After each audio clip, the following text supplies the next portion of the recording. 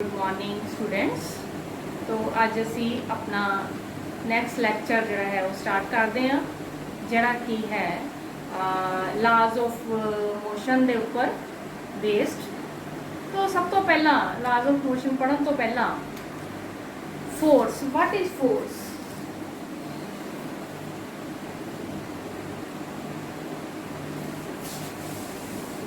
तो what is force, तो आपां नूं पता है ਜਦੋਂ भी ਅਸੀਂ किसी चीज़ ਨੂੰ पुल करते हैं या पुश करते हैं तो ਅਸੀਂ कहते हैं कि असी कोई फोर्स अप्लाई की, यानी एनी पुल और पुश। और पुल और पुश करती की है, ये जड़ी भी कोई ऑब्जेक्ट है जिसनों असी पुल करते हैं या पुश करते हैं ਉਹਦੀ स्टेट ਨੂੰ चेंज करती है, which changes or tends to change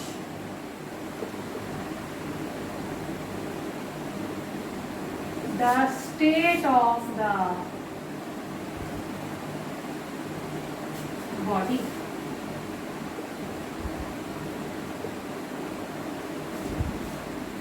changes or tends to change। Changes का मतलब असी किसी चीज़ को पुश किया या पुल किया, उसकी स्टेट चेंज हो गई। जिस तरह मान लो वो स्टेट ऑफ रेस्ट ते सी, ऑब्जेक्ट जड़ी सी एक जगह के उत्ते पई सी, उस ते तुसी फोर्स अप्लाई की तो हो सकता है तुहाडी फोर्स लगाने दे नाल वो रेस्ट की स्टेट उसकी जी चेंज हो जाए और वो मोशन दे विच आ जाए। तो दूसरी स्टेट की हो सकती है कि ऑब्जेक्ट जड़ी है वो ऑलरेडी मोशन च है। मान लो वो स्टेट की है motion in a straight line, uniform motion in a straight line. वो एक स्ट्रेट लाइन दे विच यूनीफॉर्म स्पीड दे नाल ऑलरेडी मूव कर रही है और तुसी उन्होंने फर्दर पुश किया या पुल किया तो वह की इफेक्ट हो सकता भी वो स्टेट ऑफ रेस्ट और ऑफ यूनीफॉर्म मोशन। रेस्ट की स्टेट असी डिस्कस कर ली, uniform motion in a straight line की स्टेट चेंज हो गई।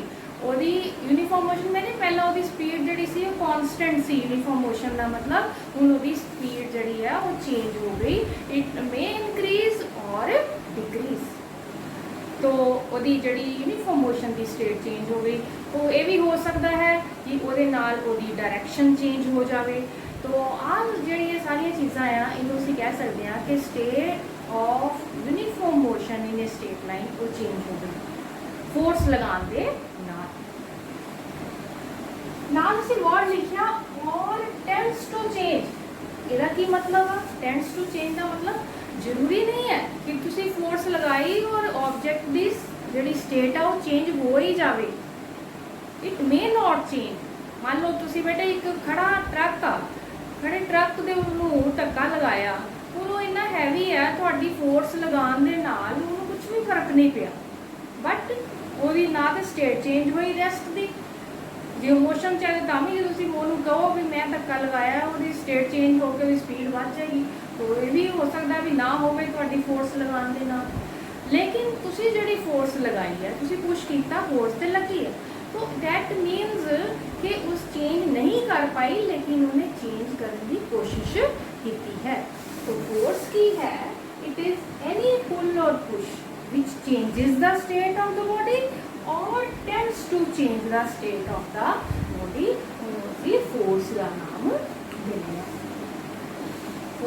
फोर्स लगाने दे नाल स्टेट ऑफ रेस्ट चेंज हो सकती है, असीं वर्ड यूज करते पे हो सकती है। इट मे और may not change. State of uniform motion in straight line change हो सकती है और डायरेक्शन जड़ी है वो चेंज हो सकती है। तो नैक्सट असी फोर्स के नाल रिलेटिड जड़े है वो लॉज ऑफ मोशन स्टडी करने हैं। उस तो पहला एक टर्म असी होर पढ़नी है जिन्होंने असी कहने inertia.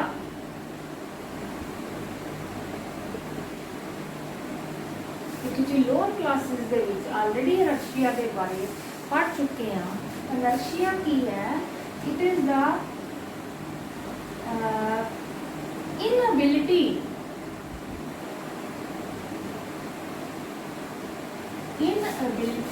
of bodies to change its state by itself। इसका की मतलब है कि हर एक चीज़ के अंदर एक इनहेरेंट प्रॉपर्टी है। इनहेरेंट प्रॉपर्टी मैंने ਉਹਦੇ अंदर एक अजिहा गुण है ਜਿਹਦੇ कारण वो अपनी स्टेट को अपने आप चेंज नहीं कर सकती। स्टेट तुहानूं पहला भी दस्सिया दो तरह की असीं कंसीडर करते हैं, या स्टेट रेस्ट की होएगी या स्टेट यूनीफॉर्म मोशन इन्हें स्टेट लाइन की होएगी।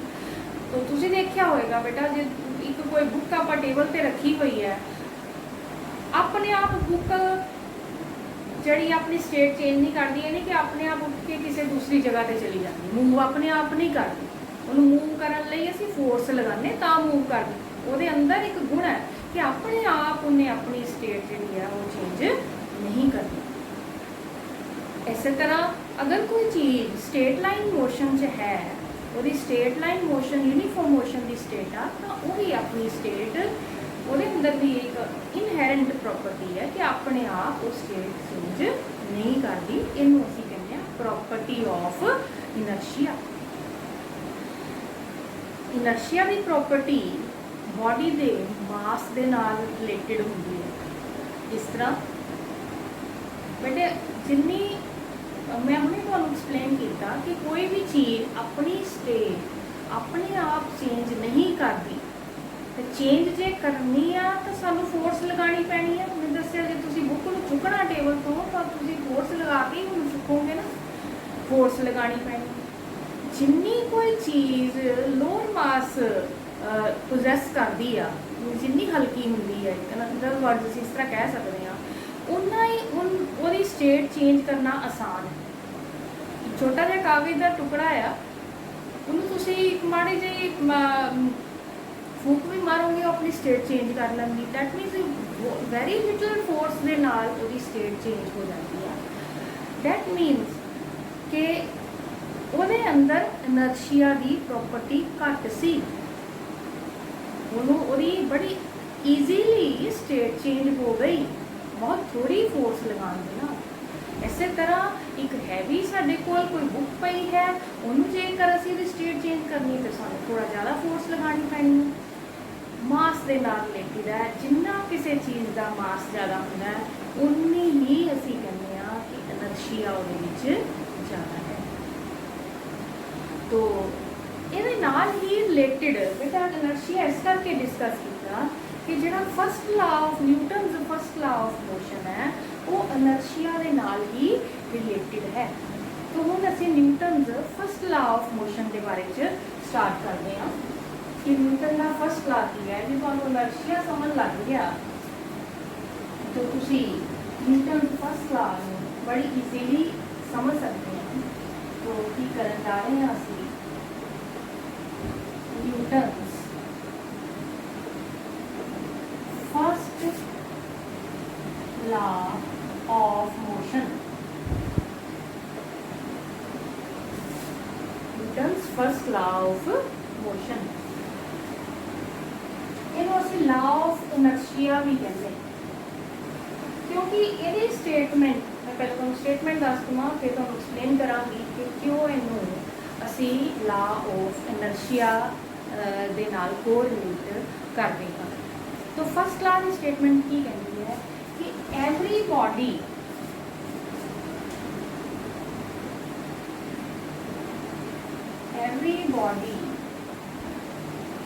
continues in its state of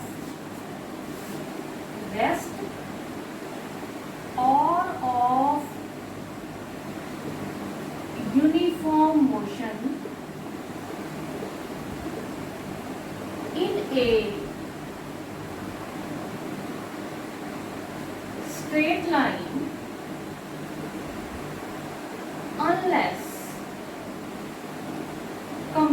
by an external force to change that state. Every body continues in its state of rest. कि हर एक ऑब्जेक्ट अगर वो रेस्ट की स्टेट च है तो वो अपनी रेस्ट की स्टेट को ही कंटिन्यू करेगी. इन अदर वर्ड्स इसका मतलब है चेंज नहीं करेगी, कंटिन्यू करेगी. और अगर वो uniform motion in state line की स्टेट च तो उस स्टेट को कंटिन्यू करेगी. कदों तक कंटिन्यू करेगी? जब तक के unless compelled by some external force, कोई बाहरों फोर्स लगा के ਉਹਦੀ उस स्टेट ਨੂੰ चेंज ਕਰਨ ਦੇ ਲਈ ਉਹਨੂੰ कंपेल नहीं करना. That means in the absence of any external force, अगर बाहरों फोर्स नहीं लग रही तो ये अपनी स्टेट ऑफ रेस्ट या state of motion in A state line ਨੂੰ बना के रखेगी, ਉਹਨੂੰ कंटिन्यू करेगी. तो तुसी जेकर इनर्शिया की हुणे डेफिनेशन पढ़ी आ, उन्हें तुसी फर्स्ट लॉ ऑफ मोशन पढ़िया, तो तुसी बड़ी ईजीली कंपेयर कर सकते हैं कि दोनों च एक्चुअली कोई फर्क ही नहीं है. उसके विच भी असीं यही गल्लां कही कि ऑब्जेक्ट अपनी स्टेट, ऑब्जेक्ट के अंदर एक गुण है कि अपनी स्टेट अपने आप चेंज नहीं करती. दैट मीनस यही मतलब है कि अपनी स्टेट बनी रहती है. और फर्स्ट लॉ की स्टेटमेंट भी सेम आ, इस करके इनू असीं लॉ ऑफ इनर्शिया भी कहते हैं. और किसी भी तरह की अगर स्टेट चेंज करनी है तो सानू फोर्स लगानी पैनी है. This is law of inertia. ਇਹਦੀਆਂ ਹੁਣ ਅਸੀਂ ਕੁਝ ਐਪਲੀਕੇਸ਼ਨਸ ਜਿਹੜੀਆਂ ਉਹ ਪੜਾਂਗੇ, ਜਿਹੜੀਆਂ ਡੇਲੀ ਲਾਈਫ ਦੇ ਵਿੱਚੋਂ ਅਸੀਂ ਕੁਝ ਐਗਜ਼ਾਮਪਲਸ ਦੇਖ ਲਈਆਂ. ਪਹਿਲੀ ਐਗਜ਼ਾਮਪਲ ਤੁਸੀਂ ਆਮ ਦੇਖਿਆ ਹੋਣਾ, ਪਹਿਲਾਂ ਅਸੀਂ ਪੜ੍ਹਨ ਲੱਗੇ ਆ ਇਨਰਸ਼ੀਆ ਆਫ रेस्ट. यदि एग्जाम्पल कर लगे रेस्ट, इनर्शिया ऑफ रेस्ट का मतलब है कि बॉडी जी ऑलरेडी जी इनिशियल स्टेट है वो रेस्ट की है. तो असी की क्या Newton's first law of motion के विच कि ऑब्जेक्ट अपनी रेस्ट की स्टेट जेकर वो हैगी है तो वो रेस्ट की स्टेट को कंटिन्यू करना चाहती है. फोर्स लगे तो बगैर वो चेंज नहीं करती. तो यदि एग्जाम्पल है बेटा, तुसी सारे ने किते ना किते बस दे विच ट्रैवल किया होएगा कभी ना कभी. तो बस विच तुसी बैठे हुए आ, तुहाडी स्टेट की है उस वेले? तुहाडी स्टेट है रेस्ट की स्टेट. तुसी सीट ते आराम दे नाल बैठे हो. हुण मान लो बस जिहड़ी है वो सडनली ड्राइवर नूं आके स्टार्ट कर दिंदा, एकदम चल पैंदी है बस. उस वेले तुसी बहुत नॉर्मल है भी हर एक बंदे ने कभी ना कभी एक्सपीरियंस किया होएगा कि जब बस एकदम चल पई तो जड़े वो अंदर बैठे हुए आ सवारियां आ वो की होंदियां, उन्होंने एकदम जड़ा है वो पिछे नूं झटका लग पिछे नूं फाल करते हैं. ਉਹਦਾ रीजन जड़ा आ वो भी Newton first law of motion ही ਉਹਦਾ जवाब दिंदा. की है ਉਹਦਾ रीजन कि ਜਦੋਂ तुसी बस से बैठे सी और बस जिहड़ी सी वो रेस्ट ते सी, ਉਹਦੇ ਨਾਲ तुसी भी रेस्ट ते सी, ਤੁਹਾਡੀ स्टेट भी रेस्ट दी स्टेट सी. ਤੁਹਾਡੀ बॉडी ਦਾ एक्चुअली तुसी टू बॉडी उस केस ਦੇ ਵਿੱਚ टू बॉडी सिस्टम आ कि तुसी आ और एक वो बस आ जिस तुसी बैठे हैं, पर तुसी एक कॉन्टैक्ट विच आ सीट ते बैठे हुए आ. ਤੁਹਾਡੀ बॉडी ਦਾ लोअर पार्ट जिहड़ा है तो इनर्शिया ऑफ रेस्ट ਅਸੀਂ डिस्कस किया है कि ਜਦੋਂ ਅਸੀਂ बस ट्रैवल करने लिए बैठे हैं तो साडे लोअर पार्ट बॉडी का और अपर पार्ट दोनों ही रेस्ट पे. जो बस सडनली स्टार्ट होती है तो लोअर पार्ट जिहड़ा आ वो साडा बस के कॉन्टैक्ट विच होने करके वो मोशन च आ जाता, जबकि साडा अपर पार्ट हजे भी रेस्ट पे आ. तो इस करके असीं बैकवर्ड असीं फाल करते हैं, सानूं जर्क लगती है पीछे. सैकेंड है ਇਨਰਸ਼ੀਆ ਆਫ ਮੋਸ਼ਨ। ਹੁਣ ਇਹਦੀ ਐਗਜ਼ਾਮਪਲ ਲਈਏ, ਬਿਲਕੁਲ ਤੁਸੀਂ ਇਹਦੇ ਨਾਲ ਮਿਲਦੀ ਜੁਲਦੀ ਐਗਜ਼ਾਮਪਲ ਹੀ ਲੈਣੀ ਹੈ ਕਿ ਤੁਸੀਂ ਬੱਸ ਦੇ ਵਿੱਚ ਟਰੈਵਲ ਕਰ ਰਹੇ ਆ ਔਰ ਬੱਸ ਜਿਹੜੀ ਹੈ मूव कर रही है in straight line, uniform motion in straight line. ਤੁਹਾਡੀ ਪੂਰੀ ਬॉडी ਜਿਹੜੀ ਹੈ ਉਹ ਬੱਸ ਦੇ ਨਾਲ ਹੀ ਮੋਸ਼ਨ 'ਚ ਹੈ। ਜਦੋਂ ਬਾਈ ਚਾਂਸ ਡਰਾਈਵਰ ਇੱਕਦਮ ਬ੍ਰੇਕ ਮਾਰਦਾ ਤਾਂ ਉਸ ਵੇਲੇ ਬੱਸ ਜਿਹੜੀ ਹੈ ਉਹ ਇੱਕਦਮ ਸਟੇਟ ਆਫ ਰੈਸਟ ਵਿੱਚ ਆ ਗਈ। ਸਾਡੀ ਬॉडी ਦਾ ਜਿਹੜਾ ਲੋਅਰ ਪਾਰਟ ਹੈ ਉਹ ਸਟੇਟ ਆਫ ਰੈਸਟ ਵਿੱਚ ਉਸੇ ਵੇਲੇ ਆ ਜਾਂਦਾ ਕਿਉਂਕਿ ਉਹ ਵਾਲੇ ਕੰਟੈਕਟ ਵਿੱਚ ਹੈ, जब कि अपर पार्ट साडी बॉडी का जिहड़ा है due to inertia of motion it continue moving अगे नूं मूव करता है। और मूव कर अगे नूं मूव करन दा मतलब ये अगे नूं फॉरवर्ड डायरैक्शन दे विच सानूं एकदम जर्क लगदी है, अगे नूं झटका लगदा।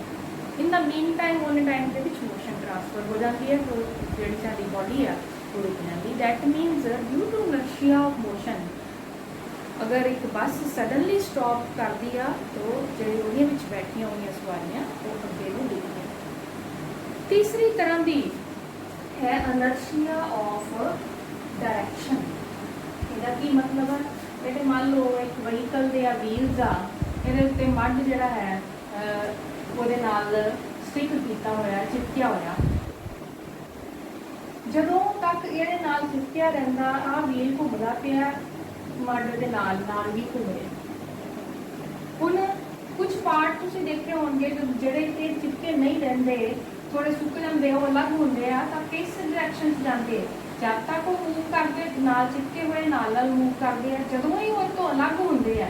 मान लो इत्थों एक पार्ट अलग होया ड्यू टू पहला किहड़ी डायरैक्शन च मूव करता पिया सी, इस डायरैक्शन च मूव करता पिया सी, इत्थे हुंदा तां इस डायरैक्शन च मूव करता सी, इत्थे आ तां इस डायरैक्शन च।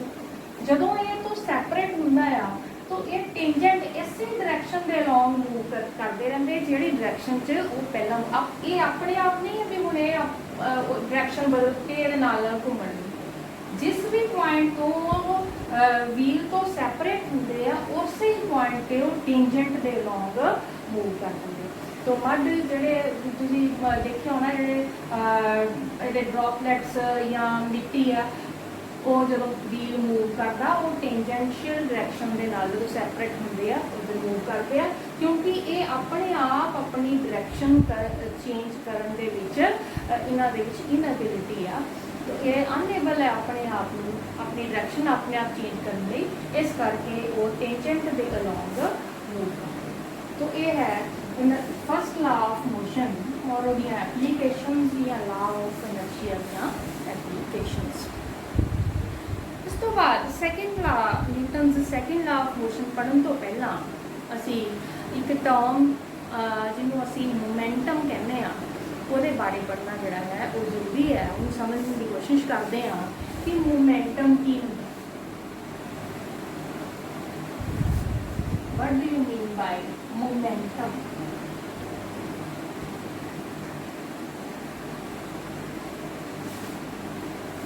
अगर असी मैथमेटिकल फार्मूला लिखने की बजाय इन मोमेंटम की फिजिकल सिग्निफिकेंस तो समझने की कोशिश करिए तो मोमेंटम जड़ा momentum is the total motion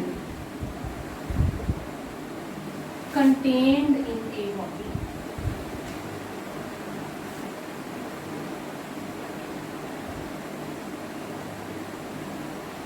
is the total motion contained in a body.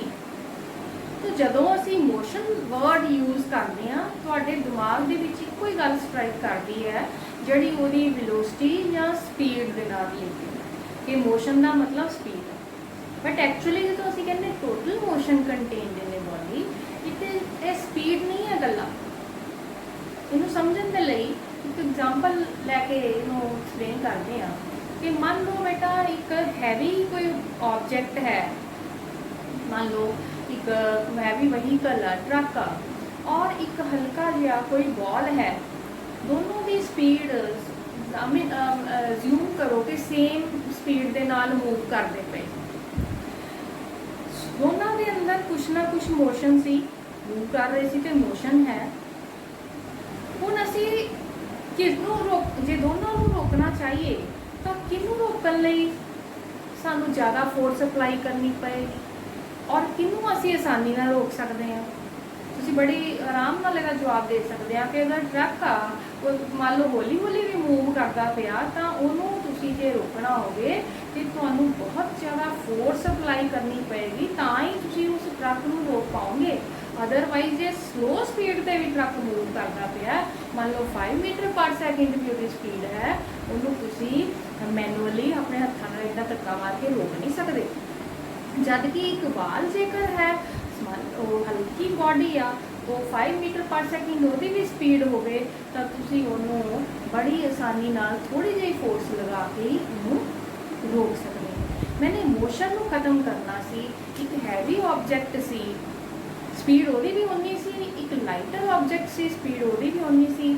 तो मोशन ਨੂੰ स्टॉप करना, मोशन ਨੂੰ खत्म करना, तो हैवी वाले ਨੂੰ ਸਾਨੂੰ ज़्यादा फोर्स लगा के ਉਹਦੀ मोशन ਜਿਹੜੀ खत्म करनी पई।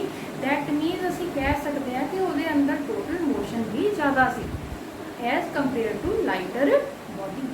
तो मोशन का मतलब कल्ली स्पीड या वेलोसिटी नहीं, जो मोशन वर्ड यूज़ करते हैं वो दोनों ही चीज़ा कंसीडर सानू करनिया पैणगियां। ਉਹਦਾ मास भी देखना पएगा कितना है और ਉਹਦੀ वेलोसिटी भी देखनी पएगी।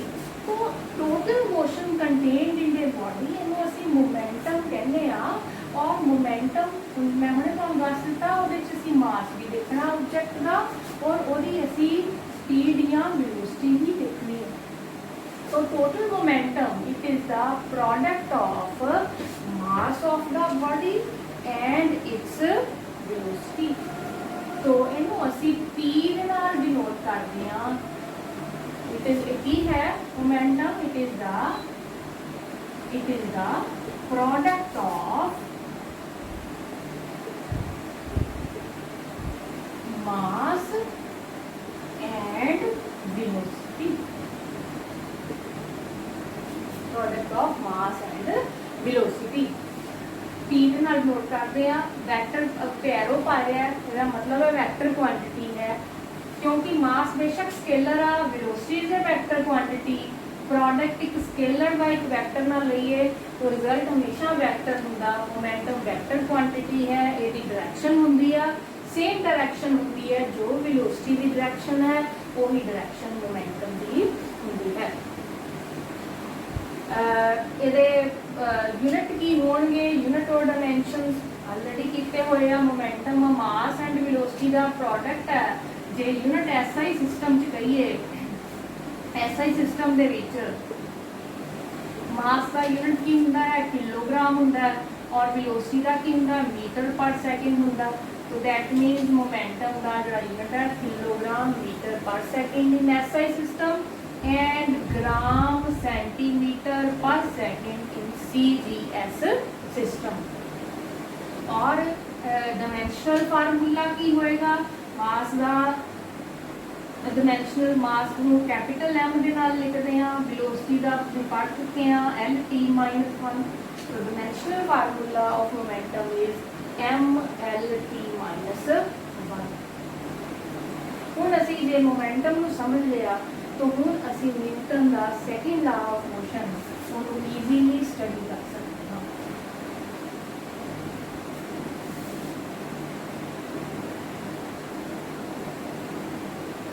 Newton second law of motion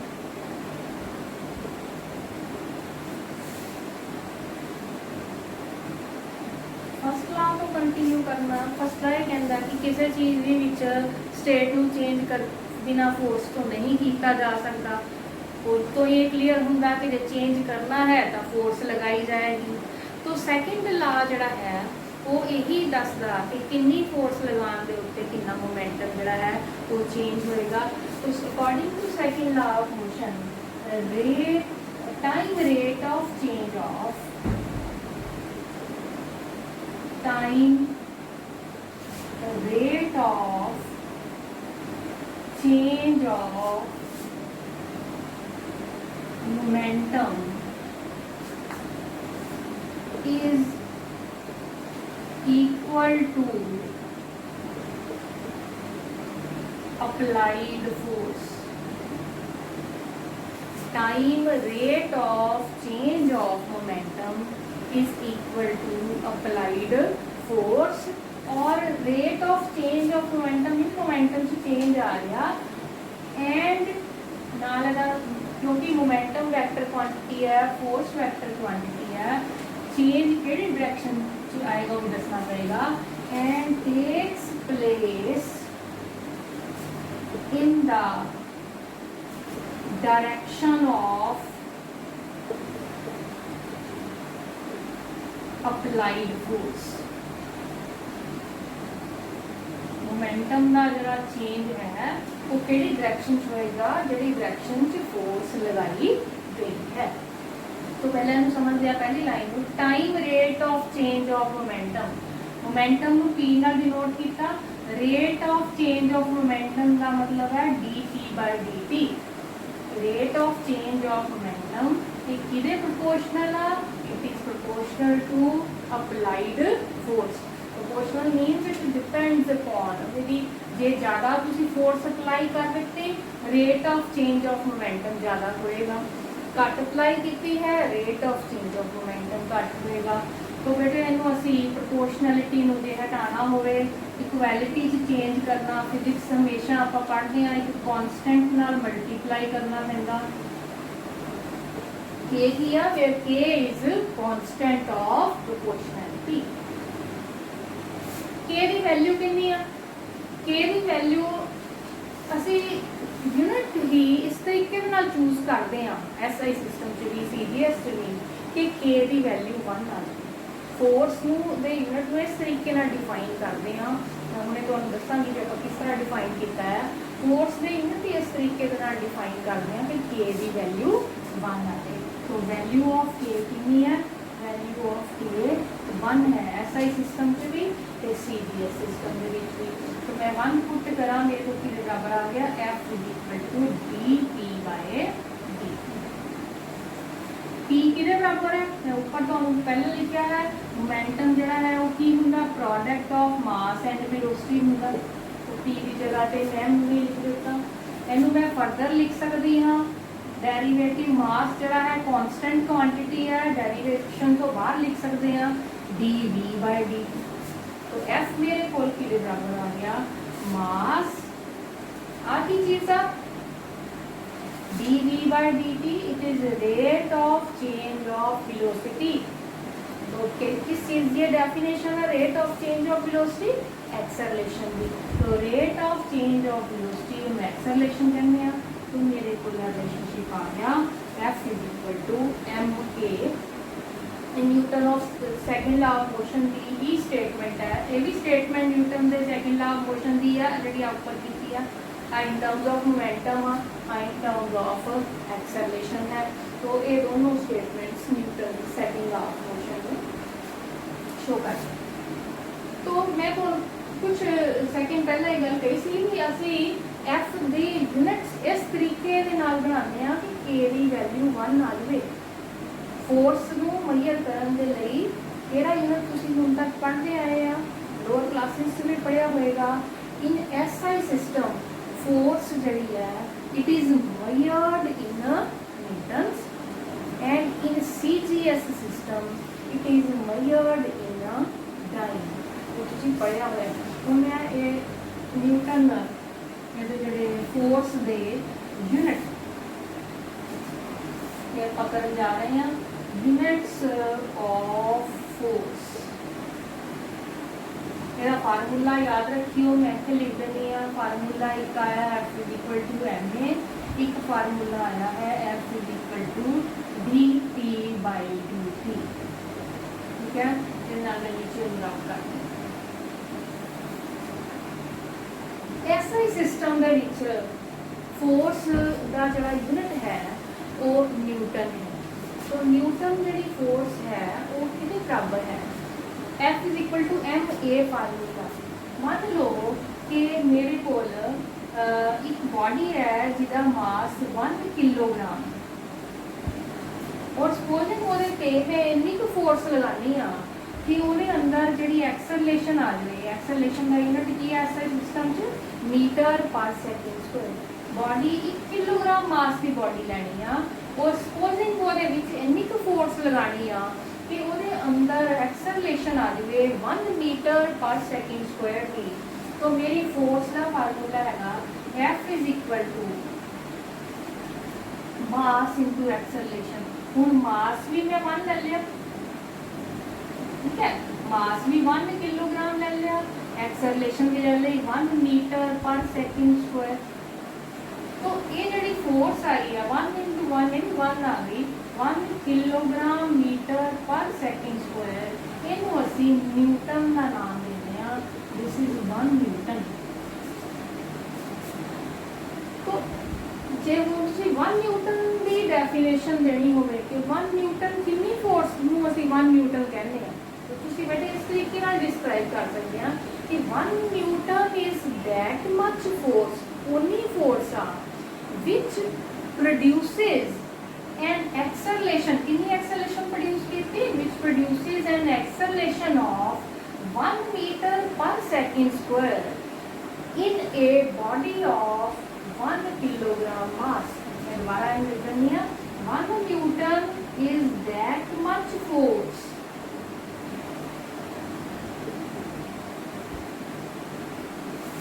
which produces an acceleration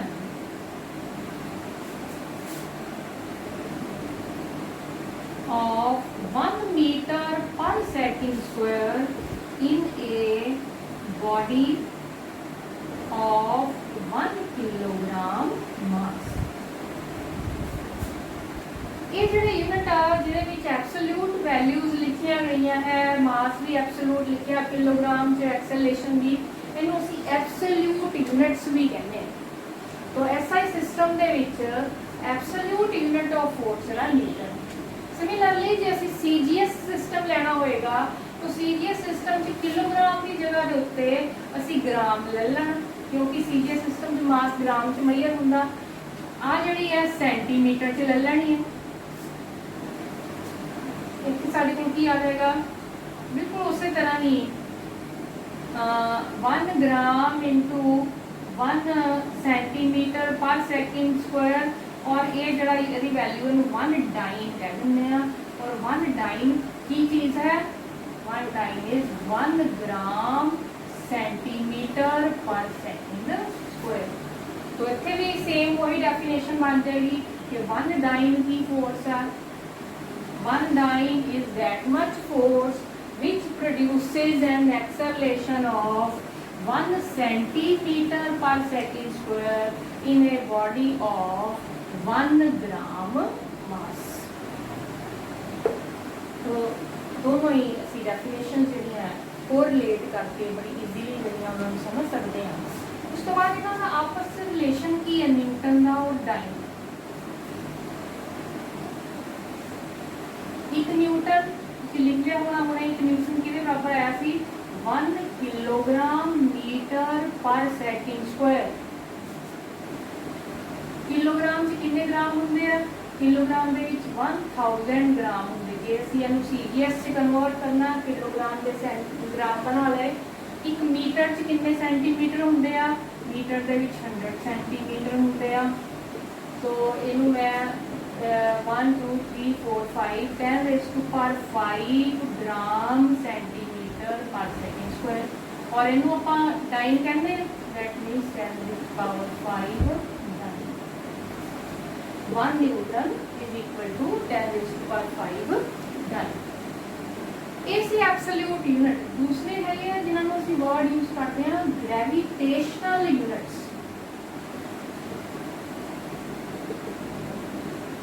of force. Gravitational unit भी दोनों एसआई ते सीजीएस सिस्टम दोनों विच दसे जाते हैं। पहला एसआई सिस्टम की गल करिए। SI system they which force का जिहड़ा ग्रेविटेशनल यूनिट है उन्होंने आपां कहंदे आ किलोग्राम वेट।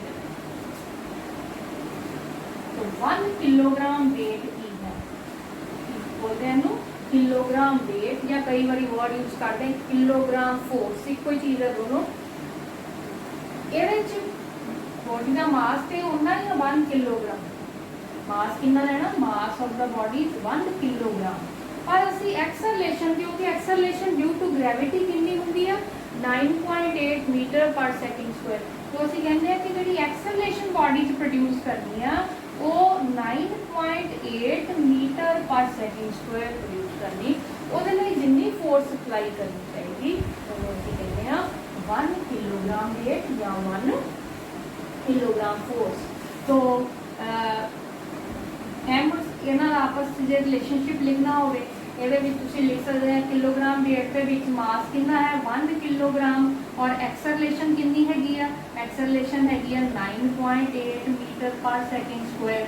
ठीक है, तो 9.8 kilogram metre per second square ਇਹਦਾ ਕੀ ਨਾਮ है न्यूटन आ। तो 1 kilogram weight this is equal to 9.8 newton. Similarly CGS के ग्राम वेट आ जाना है, इतने उसी 1 ग्राम ले लेना। उस तरह एक्सेलरेशन सीजीएस कितनी होंगी है, CGS acceleration g due to gravity है 980 सेंटीमीटर पर सेकंड स्क्वायर होंगी। तो तुम इनू अपने आप नोट जी है थोड़े लिए करके देखिए कि साडा सी Newton second law of motion. Next is Newton's third law of motion. Newton's third law of motion भी तुसी लोअर क्लासेस से पढ़िया, थोड़ी रेपिटेशन ही है, तुसी पढ़िया होया to every action there is an equal and opposite reaction. To every action there is an equal and opposite reaction. ਹੁਣ एक्शन मीनस तुसी किसी चीज़ के उत्ते फोर्स लगाई है। आ मान लो एक 2 बॉडी सिस्टम आ टेबल दे उत्ते आ दूसरी बॉडी पई हुई आ मान लो बॉडी ए आ बॉडी बी आ। हुण 2 बॉडी सिस्टम आ बॉडी का वेट थले नूं एक्ट हुंदा, ठीक है, वेट हमेशा किसी भी चीज़ का नीचे होगा। दैट मीनस ये जी ए बॉडी आ वो टेबल के उत्ते डाउनवर्ड डायरैक्शन दे विच फोर्स लगा रही है equal to the weight of the body. इस तरह ये मान लो इन्हों असीं एक्शन कंसीडर कर लेंगे तो जी बॉडी बी आ न्यूटन के थर्ड लॉ ऑफ मोशन आ जी बॉडी बी आ ये भी ए बॉडी पे फोर्स ला रही बट इन ओपोजिट डायरैक्शन, जिन्होंने आप रिएक्शन कह देंगे आ एक्शन से थले वेट का फोर्स लग रही नीचे वेट वाली फोर्स कि लगा रही ए लगा रही बी के उत्ते, या मान लो टेबल पे पई हुई बुक जी है टेबल पे लगा रही ਉਹਦੇ बदले टेबल ने भी फोर्स लगानी है उस बुक के उत्ते ओपोजिट डायरैक्शन बराबर और ओपोजिट डायरैक्शन जिन्होंं असीं रिएक्शन बोलते हैं। तो टू एवरी एक्शन जो भी कोई एक्शन है मीनस एक्शन का मतलब कोई फोर्स लगाई गई है कि एक बॉडी ने दूसरी बॉडी पे लगाई तो दूसरी बॉडी ने भी वापस पहली बॉडी पे ओपोजिट डायरैक्शन से फोर्स लगानी है जिन्होंने असीं उहदा रिएक्शन का नाम देंगे। तो this is Newton third law of motion. या आप इदा कह लीए मान लो आ 2 बॉडीज आ ए और बी, आ ए ने बी पे फोर्स लगाई है मान लो एफ ए बी, तो बी ने भी उहदे कुछ फोर्स लगानी है मान लो एफ बी ए।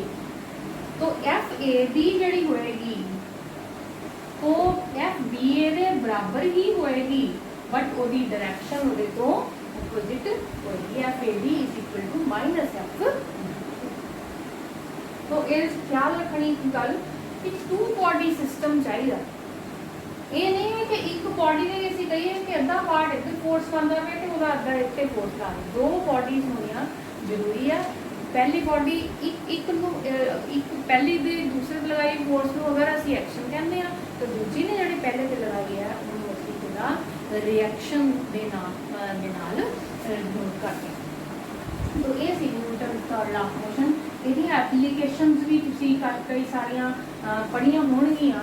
जिस तरह साडा ਅਸੀਂ अपना वाकिंग एक्शन ही कंसीडर करिए, ਜਦੋਂ ਅਸੀਂ ਚੱਲਦੇ ਹਾਂ ਤੁਰਦੇ ਹਾਂ तो अपने एक पैर ਦੇ ਨਾਲ ਅਸੀਂ ਜਿਹੜਾ मान लो फर्श से चल रहे हैं तो उन्होंने बैकवर्ड डायरैक्शन च प्रैस करते हैं, पिछे नूं असीं एक पैर नाल प्रैस करते हैं जमीन नूं, तो ਉਹਦਾ रिएक्शन की हुंदा कि वो जिहड़ी नीचे बॉडी है मीनस जिहड़ा फर्श आ वो भी साडी बॉडी नूं इक्वल रिएक्शन दिंदा। असीं धरती नूं पिछे नूं प्रैस कीता, वो सानूं अगे नूं प्रैस करदी, दैट मीनस असीं फॉरवर्ड डायरैक्शन च मूव करते हैं। इस तरह तुसीं कदी स्विमर नूं देखिया होएगा, स्विम करते हुए वो किस तरह स्विम कर पाता, उत्थे किहड़ियां दो बॉडीज आ, एक स्विमर की बॉडी है तो दूसरा वाटर आ। तो स्विमर की करता अपने हथ दे नाल पानी नूं पिछे नूं पुश करता, पिछे नूं पुश करता और पानी उहदा इक्वल रिएक्शन दिंदा साडी बॉडी ते फोर्स लांदा इन द फॉरवर्ड डायरैक्शन। तो हमेशा तुसीं देख रहे होंगे, देखिया होएगा स्विम करते हुए कि स्विमर अपने हत्थां दे नाल पानी नूं पिछे पुश करदा और उहदे रिएक्शन के तौर दे उत्ते जिहड़ा पानी उहनूं अगे नूं बॉडी मूव करदा कि चीज़ असीं अगे स्विम कर पाईए।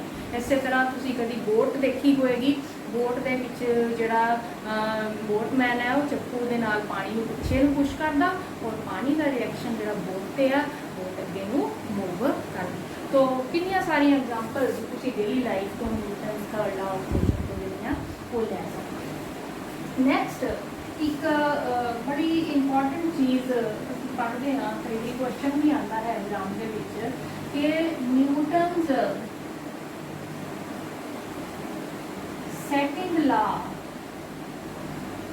is the real law of motion. Second law is the real law of motion. Explain या comment करो। तो न्यूटन ने 3 अलग अलग लॉ मोशन को डिस्क्राइब करने लिए दिते हैं, बट एक्चुअल दे विच इस स्टेटमेंट के अकॉर्डिंग एक सैकेंड लॉ ही आ जिहड़ा कि अपने आप च कंप्लीट है। वो अंदर ही फर्स्ट लॉ भी कंटेन्ड है, फर्स्ट लॉ की डेफिनेशन भी वो अंदर अगर असीं ध्यान ना पढ़िए सैकेंड लॉ की स्टेटमेंट तो वो फर्स्ट लॉ भी आ जाता है और थर्ड लॉ भी वो ही निकालिया जा सकता। तो सैकेंड लॉ कहते पूरी तरह सफिशिएंट है, 3 लॉ की लोड़ नहीं सी। Second law is the real law of motion. तो असीं इसको एक्सप्लेन करना, तो असी थर्ड सैकेंड लॉ नूं रियल लॉ ऑफ मोशन कहते हैं बिकॉज किहड़ा लॉ बाकी बचिया first law and third law of motion are contained in second law के अंदर शामिल है ऑलरेडी। तो असी स्टैप बाय स्टैप पहला असी फर्स्ट लॉ शो करांगे। First law is contained in second law. ये शो करन लई असी की करते हैं सेकेंड लॉ की स्टेटमेंट तो स्टार्ट करते हैं। सेकेंड लॉ की स्टेटमेंट की कहती है according to second law Newton second law of motion F is equal to ma। तो सपोज करो कि कोई भी बॉडी से एक्सटर्नल फोर्स नहीं लग रही, मान लो कि जी फोर्स लग रही है बॉडी के उत्ते वो 0 है। अगर कोई फोर्स नहीं लग रही तो F 0 आ गया तो दैट मीन्स ऑटोमैटिक है कि M A जो वो भी 0 होएगा। तो दो चीज़ों का प्रोडक्ट 0 आ गया, मल्टीप्लाई करके दो चीज़ों 0 आ गया मतलब दोनों तो एक चीज़ से 0 है ही है, या मास 0 है या एक्सेलरेशन 0 है। दो चीज़ों को मल्टीप्लाई करके 0 तो ही आ सकता कि दोनों से एक तो एटलीस्ट 0 हो, पर मास किसी चीज़ का 0 होंदा नहीं, चाहे कितना भी घट हो मास कभी 0 होंदा नहीं। इसका मतलब है कि एक्सेलरेशन फिर 0 मल्टीप्लाई करके 0 आया, मास 0 है नहीं, दैट मीन्स एक्सेलरेशन जी है वो 0। एक्सेलरेशन 0 हो गई तो उसी काइनेमैटिक्स की इक्वेशन पढ़ी है v is equal to u plus a। जे तुसी एक्सेलरेशन 0 पुट कर दियो तो u plus 0t that means v is equal to u। Vector ने ना ते वैक्टर पा लो, ठीक है। तो v vector is equal to u vector, that means final velocity is equal to initial velocity. इस चीज को समझो, फाइनल वेलोसिटी इनिशियल वेलोसिटी के बराबर है। दो केस हो सकते हैं, मान लो पहला केस हो सकता है कि इनिशियल वेलोसिटी 0 सी, इनिशियल 0 है दैट मीन्स फाइनल भी 0। दैट मीन्स इनिशियल 0 का मतलब बॉडी इनिशियली एट रेस्ट है, बॉडी मूव नहीं कर रही, तो कहते हैं कि इनिशियली रेस्ट है तो वो बाद ਦੇ ਵਿੱਚ ਵੀ ਉਹ रेस्ट ही आ, 0 ही होगी वेलोसिटी। तो ये तो की मतलब लिखा कि जे फोर्स नहीं लगी, आप यही केस लिया ना, फोर्स नहीं लगी, फोर्स 0 तो बॉडी की इनिशियल वेलोसिटी तो फाइनल वेलोसिटी दोनों ही 0। तो जे कुछ शुरू च कुछ वेलोसिटी हैगी आ, मान लो 2 मीटर पर सेकंड या 3 मीटर पर सेकंड, तो फाइनल भी उतनी रहनी। ये भी वही चीज केस हो गया कि यूनिफॉर्म मोशन हैगी सी किसी पर्टिकुलर स्पीड के नाल, ते एंड विच भी ओदी स्पीड या वेलोसिटी बनी ही है। यानी ये जड़ी आ ये स्टेटमेंट फर्स्ट ला दी है, तो लिखोगे this is the statement, this is the statement of first law of motion. First law statement है, तो दैट मीन्स कि first law is contained in the third law, second law. हुन सेकंड पार्ट ਅਸੀਂ ਕਰਨ ਜਾ ਰਹੇ ਹਾਂ कि सेकंड लॉ ਦੀ स्टेटमेंट ਜਿਹੜੀ ਆ, सॉरी थर्ड लॉ ਦੀ ਜਿਹੜੀ स्टेटमेंट ਆ is contained in the second law। Third law the statement भी एक्चुअली सेकंड लॉ ਦੇ ਅੰਦਰ ਹੀ ਹੈ, ਉਹਨੂੰ ਸਿਰਫ ਧਿਆਨ ਨਾਲ ਅਸੀਂ ਸਮਝਣਾ ਹੈ।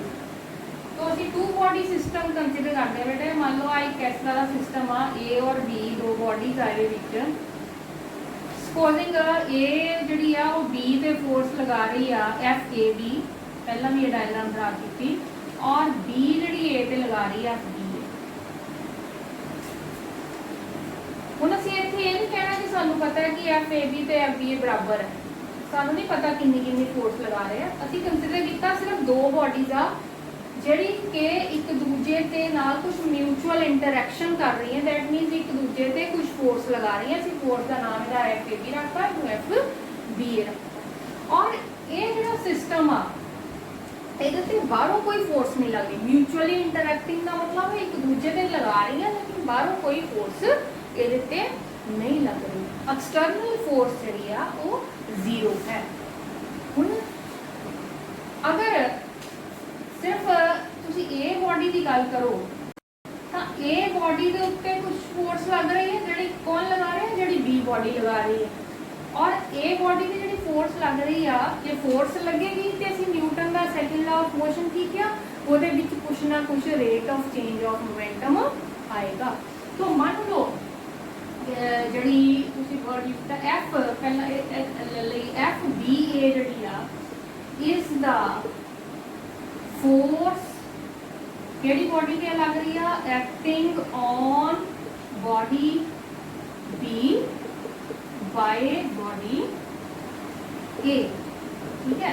और इस फोर्स करके मान लो ये विच मोमेंटम का चेंज आ रहा, सपोजिंग ये इनिशियल मोमेंटम है P1, ये इनिशियल मोमेंटम है P2, तो एफ बी ए किहदे बराबर आ जाएगी, इस फोर्स दे करके ਇਹਦਾ मोमेंटम च चेंज आएगा, it will be equal to dP1 by dt। इसी तरह ਜਿਹੜੀ फोर्स इस बॉडी ਤੇ ਲੱਗੀ ਕਿੰਨੀ ਲੱਗੀ ਹੈ एफ ए बी, ਇਹਨੇ ਇਹਦੇ ਵਿੱਚ मोमेंटम ਦਾ चेंज ਲੈ ਕੇ ਆਣਾ, ਇਹਦਾ मोमेंटम ਕਿੰਨਾ ਹੈਗਾ P2 ਆ, तो ਇਹਦੇ ਕਰਕੇ P2 ਦੇ ਵਿੱਚ चेंज ਆ ਗਿਆ, F A B is equal to dP2 by dt। दोनों को ऐड कर लो, F A B plus F B A, add करके की आ जाएगा D P one by D P plus D P two by D T.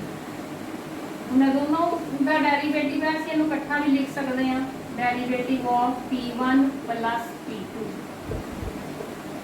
और इधर साढ़े को चीज है तुम law of conservation of momentum भी पढ़िया कि अगर किसी बॉडी ते कोई एक्सटर्नल फोर्स नहीं लगती, एक्सटर्नल फोर्स भी सीखा कोई नहीं लग रही, तो उस बॉडी का ਜਿਹੜਾ मोमेंटम है वो कांस्टेंट रहेगा। मैंने मोमेंटम नहीं चेंज हो सकता जब तक कि बाहरों फोर्स नहीं लगती।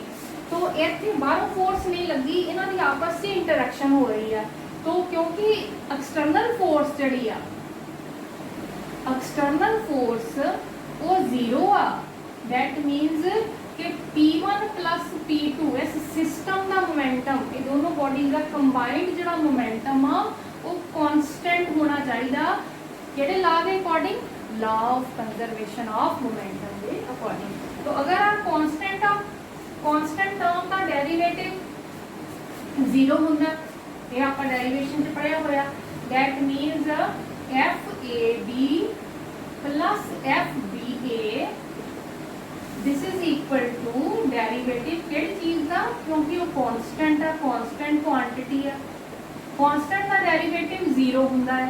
दैट मीन मेरे को FAB प्लस FBA की वैल्यू जीरो आ गई, तो मेरे को आ गया FAB is equal to minus FB। तो ये किहड़े लॉ की स्टेटमेंट आ, this is the statement of Newton's third law of motion. तो दैट मीनस न्यूटन का फर्स्ट लॉ भी सैकेंड तो असी डिफाइन कर लिया, इस तरह सैकेंड तो असी थर्ड लॉ भी जोड़ा है वो पता लगा लिया। दैट मीन दोनों लॉज जोड़े they are contained in the Newton's second law of motion. आप कहने कि second law is the real law of motion. तो अज के लैक्चर ले लिए इन्ना ही, नैक्सट लैक्चर के असी इस लैक्चर इस लॉज ऑफ मोशन के चैप्टर में कंटिन्यू करांगे। तो थैंक यू।